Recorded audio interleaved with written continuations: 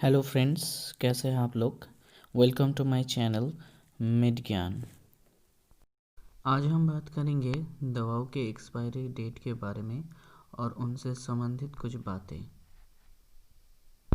अगर किसी भी दवा पे लिखा रहता है एक्सपायरी डेट 20/12/2020 तो उसका मतलब है दिसंबर के 20 तारीख में वो एक्सपायर कर जाएगा।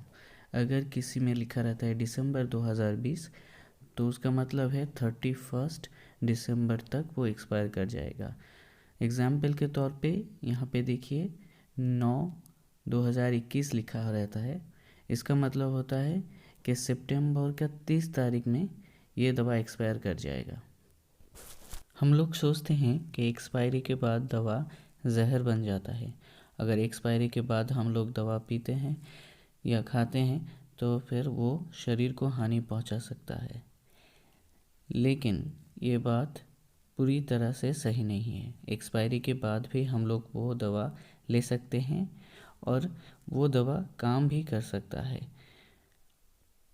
आइए देखते हैं कैसे। कुछ दवाओं को छोड़ के बाकी सभी दवा एक्सपायरी के बाद यूज़ किया जा सकता है। जिनको यूज़ नहीं किया जा सकता, वीडियो के आखिर में उनके बारे में बताएंगे। आप कोई भी दवा एक्सपायरी के बाद 1 या 2 महीने तक इजीली यूज़ कर सकते हैं और इसमें कोई भी हानि का बात नहीं है।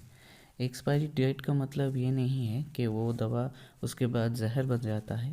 एक्सपायरी डेट का मतलब ये है कि जितना कि बताया जाता है फ़ायदा, वो फ़ायदा आपको एक्सपायरी डेट के बाद नहीं मिलेगा, उससे थोड़ा कम मिल सकता है। तो ये है एक्सपायरी का मतलब। एक्सपायरी के बाद आप वो दवा यूज़ कर सकते हैं जो दवा 2 कंडीशन को फुलफ़िल करता है। जैसे कि एक है इंटैक्टनेस। इंटैक्टनेस का मतलब है कि पैकिंग पूरी तरह से सही होना चाहिए तो ही आप यूज़ कर सकते हैं। कोई भी फटा या लीक हुआ पैकेजिंग हो या फिर नमी की वजह से दवा गल गया है तो वो एक्सपायरी के बाद तो छोड़िए, एक्सपायरी के पहले भी यूज़ नहीं किया जा सकता। दूसरा है कि जैसा टेम्परेचर और ह्यूमिडिटी पैकेजिंग के ऊपर लिखा रहता है स्टोरेज के बारे में, तो उसी कंडीशन में वो स्टोर करना चाहिए, तभी आप एक्सपायरी के बाद में भी यूज़ कर सकते हैं। अब आते हैं कुछ ऐसे दवाओं के बारे में जिनको आप एक्सपायरी के डेट के बाद नहीं लेंगे।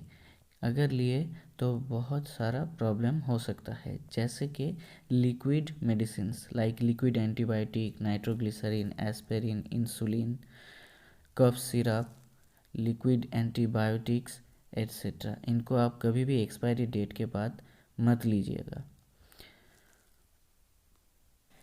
इसके अलावा इमरजेंसी सिचुएशन में यूज़ होने वाली दवा या फिर कोई बड़े से बीमारियों का जो दवा यूज़ किया जाता है वो दवा को भी आप एक्सपायरी के बाद नहीं लीजिए, क्योंकि अगर एक्सपायरी के बाद लेते हैं तो वो दवा काम करेगा लेकिन पहले जैसा नहीं करेगा। और बड़े बीमारियों में या फिर इमरजेंसी सिचुएशन में अगर दवा सही से काम नहीं किया तो आपका जान को भी खतरा हो सकता है।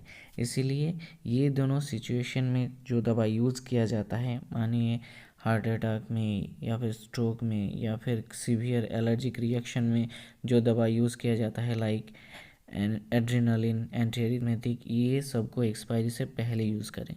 अगर आपको हमारा ये चैनल पसंद है और हमारे वीडियो आपको अच्छा लगता है और आप मेडिकल साइंस के बारे में या फिर दवाओं के बारे में या भी कोई भी ट्रीटमेंट के बारे में जानना चाहते हैं तो हमारे चैनल को लाइक और सब्सक्राइब कीजिए ताकि हमारे हर वीडियो आप तक पहुंच सके। अगर आपका कोई क्वेश्चन हो तो आप कमेंट सेक्शन में पूछ सकते हैं, या फिर अगर कुछ दवा के बारे में या फिर कोई बीमारी के बारे में आप चाहते हैं जानने को या फिर चाहते हैं किसी टॉपिक पे हम लोग वीडियो बनाएं तो कमेंट सेक्शन में ज़रूर लिखिएगा और हम लोग कोशिश करेंगे कि उसी टॉपिक पे ऊपर नेक्स्ट वीडियो बनाएं। तब तक के लिए स्वस्थ रहिए।